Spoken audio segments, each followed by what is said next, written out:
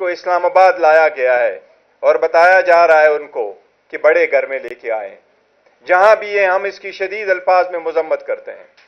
یہ پہلا مرتبہ نہیں ہے. پاکستان تحریک انصاف سے کے ساتھ ایفیلیٹڈ لوگوں کو، جس میں ریسنٹلی اس کے وکیل انتظار پنجوتا بھی شامل ہے، جن کو اٹھایا گیا تھا اور زد و کوب کر کے جس حالت میں چھوڑ دیا گیا تھا روڈ کنارے، وہ سب آپ لوگوں کے سامنے. اسی طرح یہ ہمارا پہلا M&A نہیں ہے. اس سے پہلے اسلم گمن کو بھی بٹایا گیا تھا. اس طرح حاجی امتیاز صاحب کو بھی بٹھایا گیا تھا. اسی طرح ریسنٹلی حاجی امتیاز صاحب کے گھر پہ بھی دعویٰ بول دیا گیا تھا. اور لاسٹ نائٹ جو ہوا وہ انتہائی دردناک ہے. خواجہ شیراز صاحب 1 مہینے سے KP ہاؤس میں تھے، KP میں تھے، اور KP میں رہتے ہوئے 26ویں آئینی ترمیم کے خلاف اپنا ضمیر استعمال کرتے ہوئے کہ میں نے اس میں ووٹ نہیں دینا، میں نے پارٹی کی ہدایات پہ عمل کرنا تھا، وہ وہاں موجود تھے. جب اسمبلی کا سیشن شروع ہوا دوبارہ اور وہ ترامیم پاس ہوئی، اس کے بعد جب آیا تو اس کو فالو کیا گیا. پہلے تونسا شریف تک، جس میں اس کے گھر کو توڑا گیا. اس کے بعد اس کا پیچھا کر کے رات کے وقت گئے ہیں ملتان میں، ان کا گھر بھی توڑا گیا، بچوں کو بھی زد و کوب کیا گیا اور اس کو اٹھایا گیا. یہ فسطیت، یہ لاقانونیت صرف اور صرف پاکستان تحریک انصاف کے خلاف شروع ہے، اور یہ پنجاب میں شروع ہے. پنجاب کی پولیس اور حکومت برابر کی اس فسطیت میں شریک ہے. ہم اس کی مذمت کرتے، اس کے خلاف احتجاج کرتے ہیں. ہم نے اسپیکر صاحب سے بھی ریکویسٹ کی ہے کہ وہ اس ایوان کے ایک معزز رکن ہے، وہ چیئرمین ایک اسٹینڈنگ کمیٹی کی، وہ مور دین 1 ملین لوگوں کو ریپرزینٹ کرنا ہے.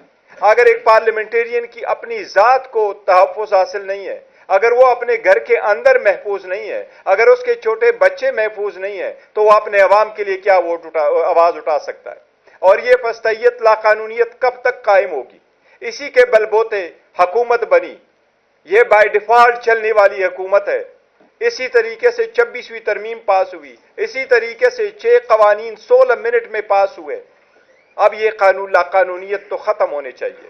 ہم چیف جسٹس سے بھی مطالبہ کرتے ہیں کہ اب آپ کی باری ہے. قاضی فائزہ صاحب جا چکے ہیں. آپ کے کندھوں پہ بھی اپنے عوام کی بنیادی حقوق اور ان کی نفس کے تحفظ جو ہے اور چادر چار دیواری کا، وہ آپ کے لیے لازم ہے. ہم ان سے بھی مطالبہ کرتے ہیں کہ اس پہ ایکشن لیں. میں ایک بات یاد سپریم کورٹ کو کرا دوں. 3 جنوری کو سپریم کورٹ نے ایک آرڈر پاس کیا تھا. اس 3 جنوری آرڈر میں سپریم کورٹ نے انڈرٹیکنگ وزیر اعظم سے مانگی تھی کہ آئندہ کسی کو گھر سے اٹھایا نہیں جائے گا مگر قانون کے مطابق اور کسی FIR میں اگر وہ مطلوب ہے.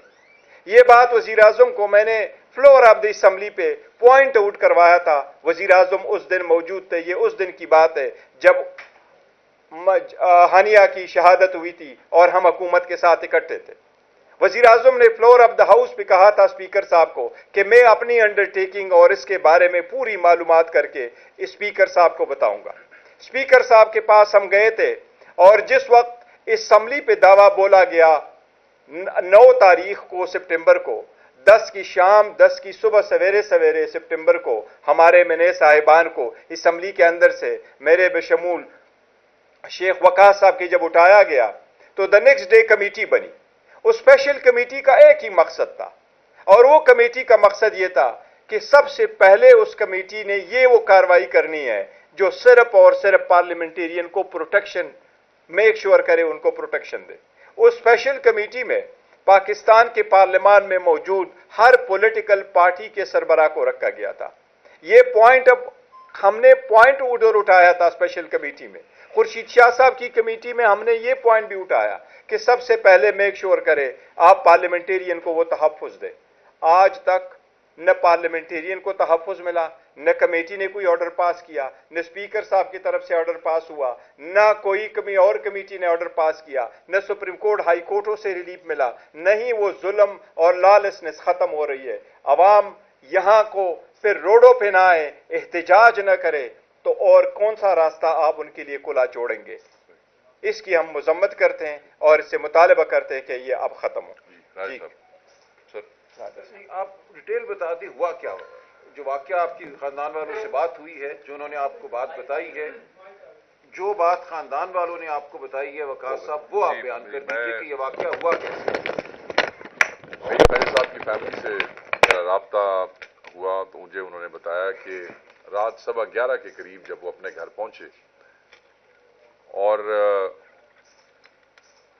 فریش ہونے کے لیے واش روم میں تھے کہ اچانک جو ہے ان کے گھر کے باہر سٹرینج سی موومنٹ فیل کی ان کی فیملی نے، اور ان کی جو زوجہ محترمہ ہے انہوں نے دروازے لاک کرنے کی کوشش کی کہ اچانک ان نون لوگوں نے بندوقوں کے بٹ مار کے اس دروازے کو توڑ دیا اینڈ دے باجڈ ان، اور اس کے بعد ان کی بیگم صاحبہ کے اوپر بندوق تانی گئی اور انہیں کہا گیا کہ بتائیں کہ خواجہ صاحب کہاں ہے۔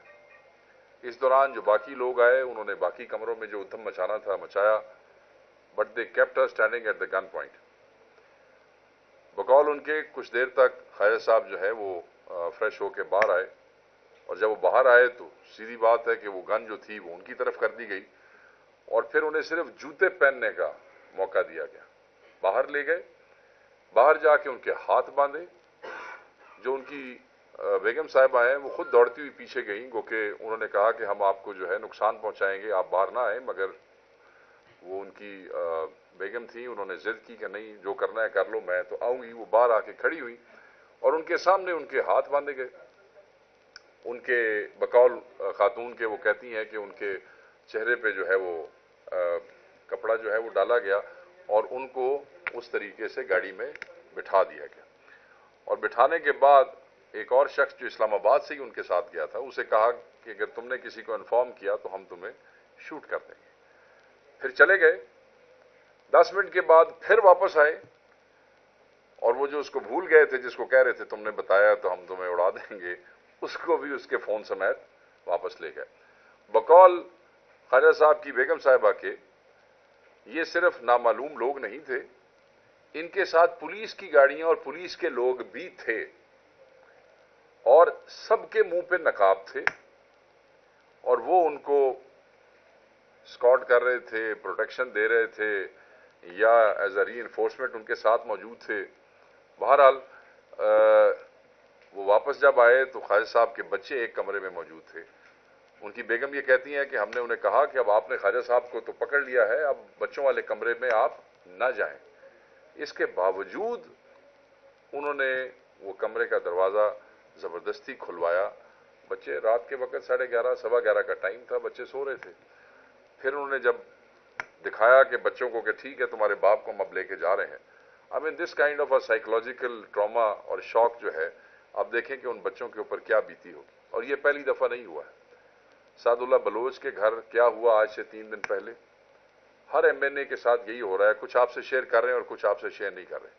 اور یہ سلسلہ جو ہے نا، یہ جو دستور بیزار ٹولہ بیٹھا ہوا نا اس وقت حکومت کے اندر، اور یہ دستور سے بیزار ہے، نہ یہ جمہوریت کو مانتے ہیں، نہ یہ اخلاقیات کو مانتے ہیں، نہ یہ کسی آئین کو مانتے ہیں، نہ یہ کسی قانون کو مانتے ہیں، اور یہ ہر فسطائیت میں یہ اسسٹ کر رہے ہیں۔ ان کو شرم اور حیات نامی کوئی چیز نہیں ہے۔ 10 لاکھ کا نمائندہ ہے۔ ایک طرف کہا جاتا ہے کہ ووٹ کو عزت ملنی چاہیے، دوسری طرف ووٹ کے سے جو بنے ہوئے اصل حقیقی ایم این ایز ہیں ان کو ایسے بے توقیر کر کے ایسے اٹھایا جاتا ہے جیسے دہشت گردوں کو اٹھایا جاتا ہے۔ خواجہ صاحب نہایت شریف النفس انسان ہے۔ میں یہ کہتا ہوں کہ وہ جو دوست ہمارے ساتھ پارلیمنٹ میں سے اٹھائے گئے تھے، جس کی آج تک ہمیں کوئی فوٹیج نہیں دی جا رہی، چلو 9 مئی دی فوٹیج تو سانو دیو نہ دیو، یہ فوٹیج تو کٹ دیو، اس کا کچھ نہیں ہوا، کوئی ایف آئی آر نہیں ہوئی۔ وہ بندے باقاعدہ اغوا ہوئے تھے، ہم سارے وہاں سے، کوئی خوشی سے پولیس کے پاس نہیں گیا تھا، کسی ایف آئی آر میں نام تھا، وہاں سے اغوا کر کے اس کے بعد ہمیں حوالے کیا گیا تھا پولیس کو۔ اگر اس وقت اسپیکر نیشنل اسمبلی جو کسٹوڈین آف دا ہاؤس ہے وہ اسٹرکٹ ایکشن لے لیتے، اپولوجیٹک نہ ہوتے، ہمارے سامنے صرف شرمندگی نہ شو کرتے بلکہ ہمت کرتے، بے شک سیٹ چلی جاتی، چھوڑ دیتے۔ ایسی سیٹوں کا کیا فائدہ ہے کہ جن کا صرف نام ہی ہے اور ان کا کوئی اختیار کوئی نہیں ہے۔ اگر آپ کسٹوڈین ہیں ہاؤس کے اور آپ اپنے لوگوں کو پروٹیکٹ نہیں کر سکتے، آپ کے دور کے اندر، آپ کی حکومت کے اندر یہ فسطائیت ہو رہی ہے کہ ایم این ایز کو اس طرح اغوا کیا جا رہا ہے، میں یہ سمجھتا ہوں یہ سلسلہ اب بند ہو جانا چاہیے۔